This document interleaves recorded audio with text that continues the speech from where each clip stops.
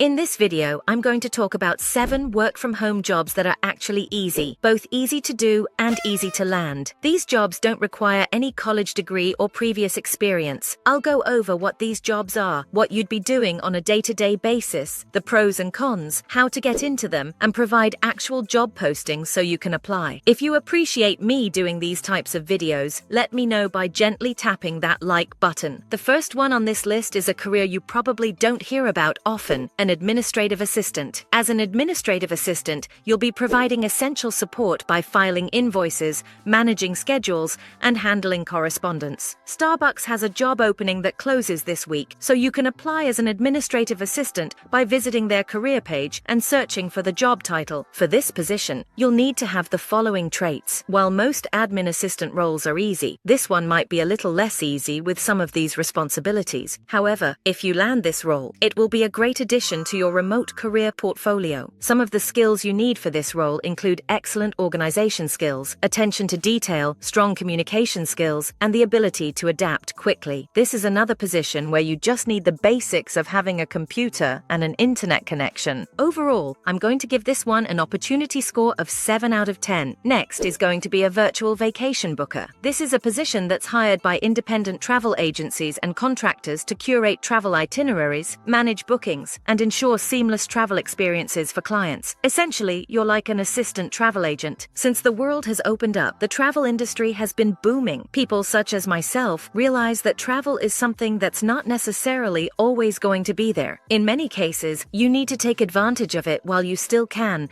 because this is one of the only times in all of human history where you can literally see the entire world. Vacation planners make about $52,000 to $81,000 a year. Typically, if you start off as an assistant, you would be making on the lower side of that range, but you can build your way up into making more and more money and even get to the 6-figure level. Some of the skills or qualifications you need for this position are good communication skills, proficiency in travel booking platforms, a passion for travel, good customer service skills, and the ability to work independently and manage multiple tasks. Some ways you can get started with this include consuming a bunch of content on travel blogs and YouTube. You can learn about popular destinations, hidden gems, and travel logistics. You can also take online courses and certifications in travel booking or tourism management, such as those offered by the IATA, the Oxford Home Study Centre, and Allison. Additionally, you can connect with established travel agents on LinkedIn, express your passion for travel, and indicate that you want to get started. You can also volunteer to work for free at a local travel agency just to get some experience. Then, you can search for virtual travel booker or remote vacation specialist positions and apply to them. Here are some positions I'll put up on the screen. You can check them out if you'd like. Now, some of the pros of this role are the opportunity to learn about different destinations and travel experiences, uncapped income potential, as it's often based on performance, and being part of a dynamic and ever-changing industry. Some of the cons are that it's commission-based, so if you don't do a good job, chances are you won't make much money. It also requires strong self-discipline and time management skills. Additionally, it may involve irregular hours because clients might be on the other side of the world, meaning you might have to wake up at odd times or be available at unusual hours in general. Overall, I really like this one. I'm going to give it a 9 out of 10 opportunity score. Next is going to be an online task contributor. In this position, you'd be playing a vital role in making sure that search engines deliver the most accurate and precise results. You want the results to be reliable and relevant,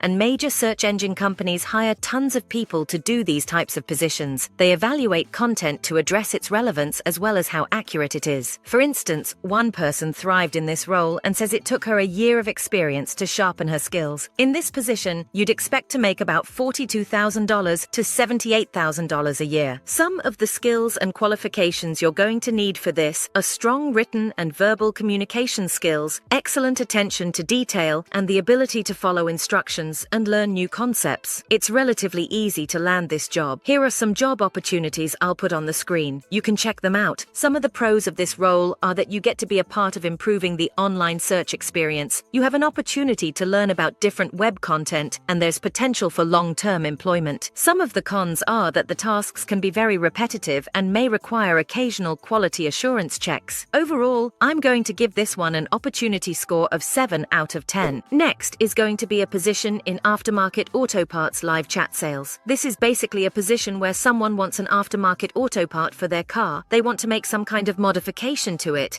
and they go to a website and chat with someone to see if they have the right stuff. In many cases, there's not an exact thing that they need, but if you're really good at this position and you understand cars, you can actually point them in the right direction. This is a great position if you're into cars, so if you're someone who's into cars already, this could be a no-brainer for you. Here are some job opportunities I'll put up on the screen. The pros of this role are the flexibility and the opportunity to engage with fellow car enthusiasts. Some of the cons are the possibility of commission-based pay and the need for extensive knowledge of cars. Overall, I'm going to give this one an opportunity score of 8 out of 10. Next is going to be a sales development representative. Now, this is one of my absolute favorite entry-level jobs. Basically, you are in sales, but it's not a pushy type of sales because you're typically working for B2B businesses. That's businesses that have products and services for other businesses. The focus is not on being a sketchy car salesman and trying to get somebody to buy as quickly as possible, but more on forming relationships and making sure that your product solves the problems that the other businesses have. On top of it, you're not usually responsible for closing the person, right? You're not responsible for closing the deal. You're mostly responsible for reaching out to them initially and maintaining contact, and then someone else is responsible for actually closing the deal. But you still get paid based on commission, so this is an incredibly good entry-level sales job to get into. I've said this a million times. I think everybody should do at least one sales job in their life. Here's a really cool video of this guy talking about a day in the life of being an SDR. In this position, you can make $87,000 to $142,000 a year.